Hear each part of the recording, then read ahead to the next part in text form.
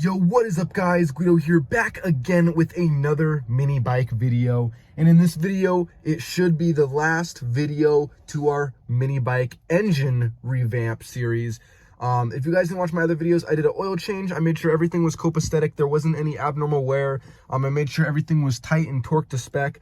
I relapped my flywheel. I made sure everything was installed right. I did some paint touch up in some areas that I needed to repaint. And in this video, I'm going to be installing the new head. Now, like I said, if you didn't see the other video, the issue that I'm having is my valve guides are loose, so they're moving up and down. So I am going to be installing a whole new head that has professionally new installed valve guides. And I'm pretty much just going to swap all my upgraded stainless steel stuff over from my old head to my new head if they're okay. So we're going to inspect them. We're going to make sure everything is legit. And we are also going to throw in some new rocker arms. Some rocker arms that are a little bit more durable that can handle the valve springs that I have in here. So with all that being said, in the last video, we pretty much got to the point with already having our head off, pretty much ready to swap parts over. So with all that being said, let's just fast forward real quick and get the head off of this motor. Several long days later. So now pretty much what you have to do is swap all of my good parts on here, my valves, my valve springs, and my retainers onto the new head.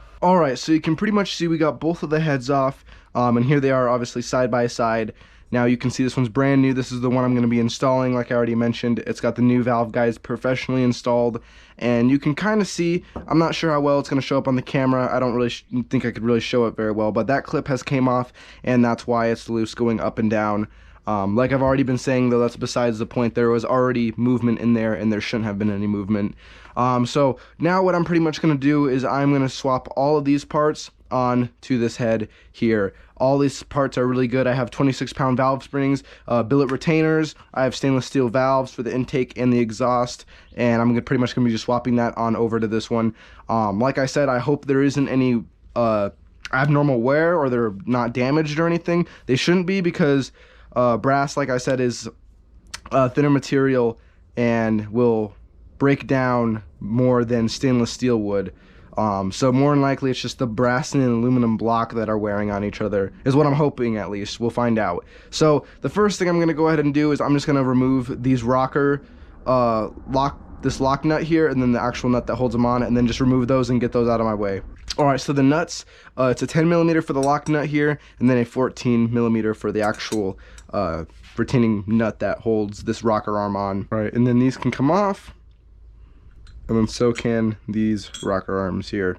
So check this out. I'm going to be using this tool. It's a valve spring compressor, and pretty much this will go on the bottom of the valve, and they have different adjustable sizes you can use for either bigger or smaller valve spring retainers. And pretty much what this is going to do is this is actually going to go and compress down on the spring, allowing me to remove those two valve spring retainer clips, and then once that is able to come out, the whole spring, everything can come off, and then my valve can actually drop out, so I can switch it on over to my new head. So pretty much it's pretty easy. This just pops onto there, and then this will go in between the valve and the valve spring retainer. So you can see I got this mocked up exactly how it needs to be. So now what I'm going to do is I am just going to gently turn this, and it will slowly compress that spring. I just want to be careful when doing this because it's kind of a tedious process. And you can pretty much see that went and compressed the spring that's on here. It went and compressed this, so we were able to get our retainers out. And now with this spring off, our valve can slide straight out, just like this. And you can see that this is the intake side, and this obviously wasn't the side we're having the issue with, but you can see this is in great condition still.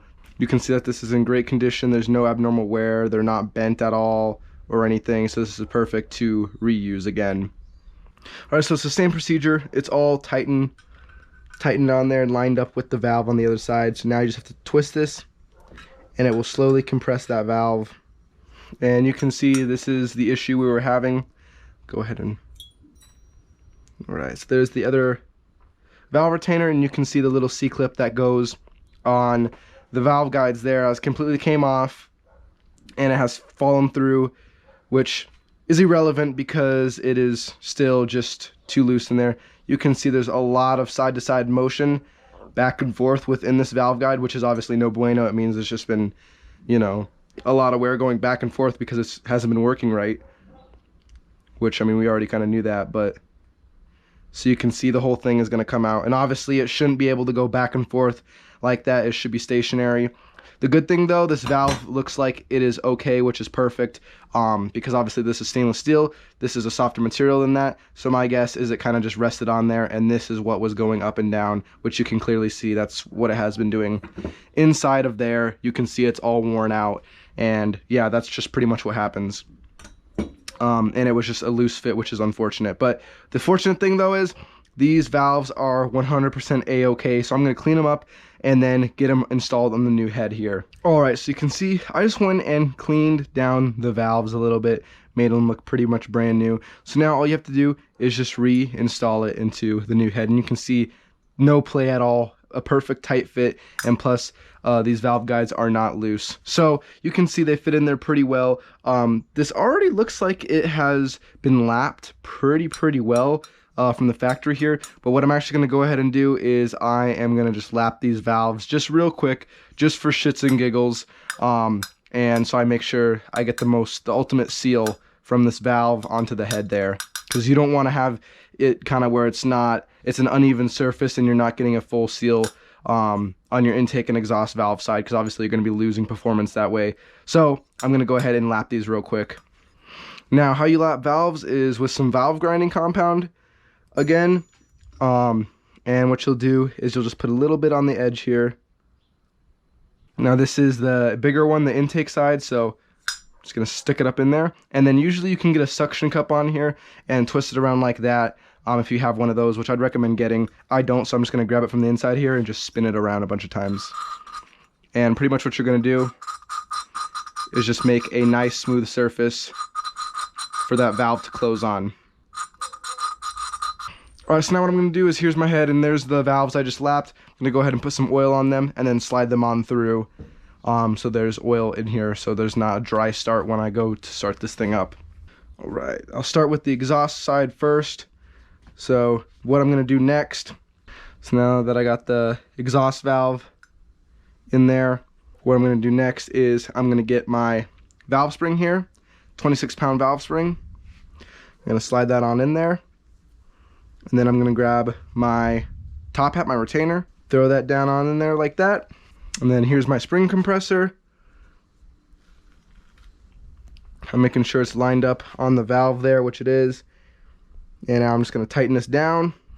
What that's doing is it's compressing the spring, so I can go ahead and slide in my retainer clips here. And you can see I kind of have them lined up in there where they need to go. So now I'm going to loosen this up a little bit, just slowly. And you can see I got those retainers slid in the locking position place that they needed to be.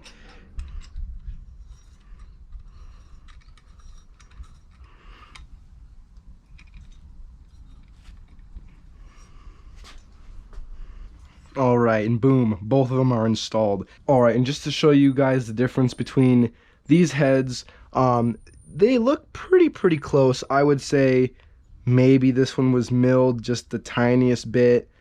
I don't know. It's really hard to say, to be honest, because it looks pretty close. But for the actual bowl area here, I have a caliper here. I'm going to pretty much show you guys from this. It's kind of hard to look at because you can kind of see the carbon deposits and stuff. But from edge to edge, we are looking about 58, I'd probably just call it 58 millimeters. And on this one, you can see it's obviously past it on this one, so it's definitely smaller. So if we take this one down, I would say that's pretty darn close to 50 right there, 50 millimeters. So about 8 millimeters smaller for this whole area, which is going to give us way more compression. And then from side to side, I mean, this isn't very accurate, but just so you guys can have an idea, looking probably pretty close to 65 across, and across is pretty darn close. There's a little bit of a difference. It's about 62 side by side, so you can definitely see there's a difference for sure. Even where the spark plug is, you can see there's probably about 8 millimeter distance from the spark plug to the edge of this here. And on this one, I mean, it's so small, it's probably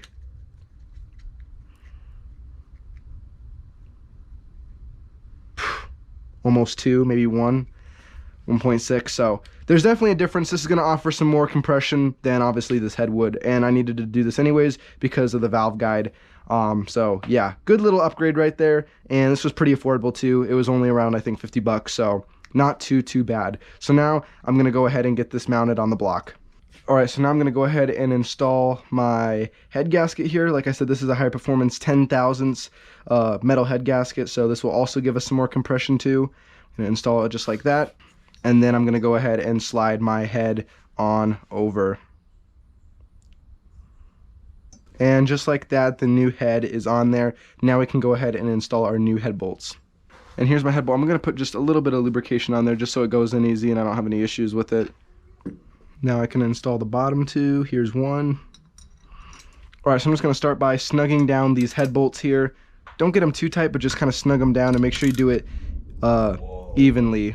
Alright, and these head studs get torqued to 17 foot-pounds. Alright, so now what I'm doing is I'm going to go ahead and install my manifold back on. I have a brand new gasket here, which actually lines up perfectly with this one, and also is pretty much somewhat port match actually. I was going to cut some of this out so it's, you know, the best flow I can get, but it actually lines up really well. So I got a new gasket, and then here are my Allen bolts I'm going to be installing. I have some medium strength thread locker on there. And then just make sure they're snug. You don't have to over tighten them because you obviously don't want to strip the hole, but you also don't want to make sure, you want to make sure there's no air leaks or anything from this gasket to the manifold here. Perfect. And now the manifold is installed, and we can reinstall our carburetor. Right now, to install my carburetor, I'm going to try to line this up as best I can.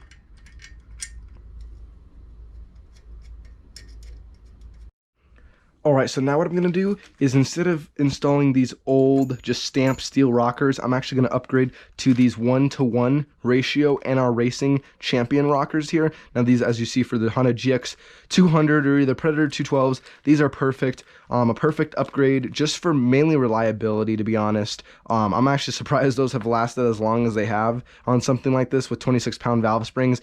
I would say that's probably pushing those. But they seem like they lasted, but this is definitely going to be the better option for more performance and definitely the stronger reliability factor. And these are actually made for you know, a bigger cam and stiffer valve springs. So I'm going to go ahead and be installing these here. So it is a pretty simple install. You just have these studs that you have to thread on in here. I'm going to go ahead and put some medium strength thread locker on here just so that these don't come undone. And then I'm just going to take these nuts here and just interlock them together so then I can tighten the stud in. So you can see I have both of these nuts backed up against each other, and because of that I'm able to tighten down this stud within the head here. And I'm just going to tighten it all the way down till it's flush. So then our rocker arm assembly can go on. Alright, so I'm going to go ahead and reinstall my push rods here. Just going to put a little bit of oil on the ends here. Slide that on in there. And now I'm going to go ahead and install my rocker arm setup here. As you can see, this side goes on the push rods here, and then this goes on the actual valves there. Really nice. It has the actual indentation there, so it'll be going and pressing right on that valve stem. I know a lot of other ones don't have that, so you have to use lash caps, but this one I shouldn't have any issue with at all, so that's super duper cool. So I'm going to go ahead and do is just throw some oil on the ends of here, and then slide this on, and then just take the nuts that they included. I'm going to put a little bit of thread locker on them, then we're just going to snug these on down. Alright, and then I'm just going to go ahead and torque these nuts here to 94 inch-pounds. Perfect. Now time to adjust our valve lash. Alright, so the piston is at top dead center, and we're going to want to adjust this with a feeler gauge so we can get it exactly right. So what I'm going to do is I'm going to start off by setting the valve lash on here. Now with these little motors, you never want to go over 0.003. You always want to be right at that. or even under that. Just because what can happen is if it's too loose, you'll get a lot of kickback, and it's just not the best. You want to make sure your valves are legit. So I think on this motor, I'm going to set it to 0.002. The tighter, the better for a application like this. I thought the looser would be the better is what I originally thought, but the looser you go, the more kickback issues you're going to end up having actually. So we're going to adjust it just where there's a little bit of resistance. All right, and here's our new spark plug. I'm running with the Autolite Racing spark plug. I really like these because they're really affordable and they seem like they perform pretty darn well. So brand new spark plug. I'm going to go ahead and just put this on in here. Now I'm going to go ahead and take my valve cover. I'm just going to go ahead and just clean this up off camera and also put some Teflon tape on these threads because you can see it's kind of leaking out a little bit. So I'm going to go ahead and do that off camera real quick and then I'll slap this on. All right, so I got my valve cover all cleaned up. I have my brand new gasket on there, so now I'm just going to reinstall it. All right, I got my brand new valve cover bolts here. I'm going to put just a little bit of thread locker just so I don't have any issues with them backing out. Now I'm going to tighten these down. Don't over tighten these, just get them snug. Alright, now I'm just going to snug these down. Don't do anything too crazy with them. You definitely don't want to strip the head. And just like that, the valve cover is on. And then another thing I'm going to do is I'm going to install this heat shield. So it just lines up down there. And then the bolt goes in on the side here.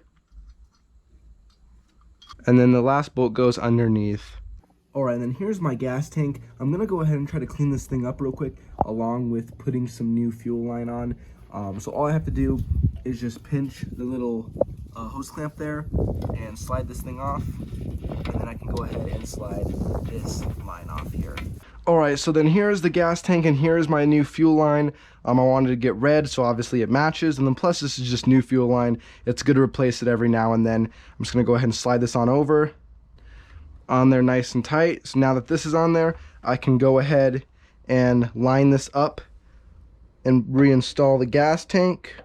If I wanted to, I could just cut it just like that. That'd probably be good. I'm going to go ahead and install a inline fuel filter in this though. So probably the fuel filter will go, I'd say probably right about here. Snip the end of this off a little bit.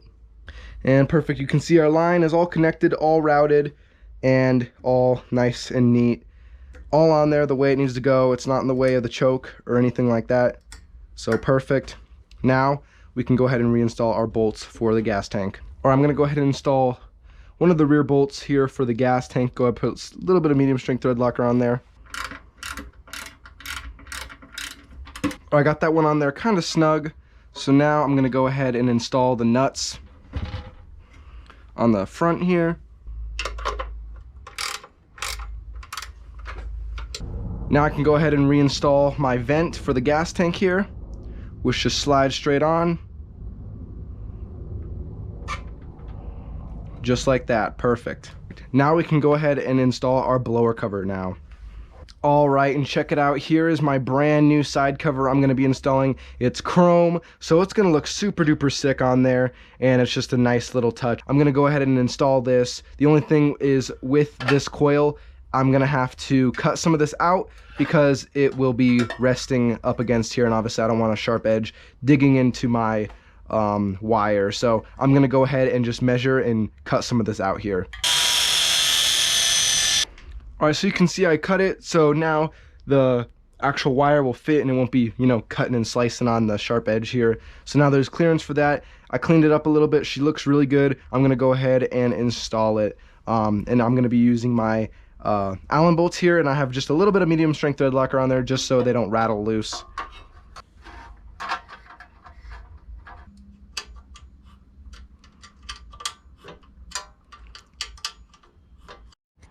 All right, and check it out. We got our chrome blower cover. You can see we had to make it enough notch it there so there's enough room for clearance. There's tons of clearance there. It's all tight. It's all installed. It looks sweet. Now, the only thing that's going to make this better is a chrome pull start.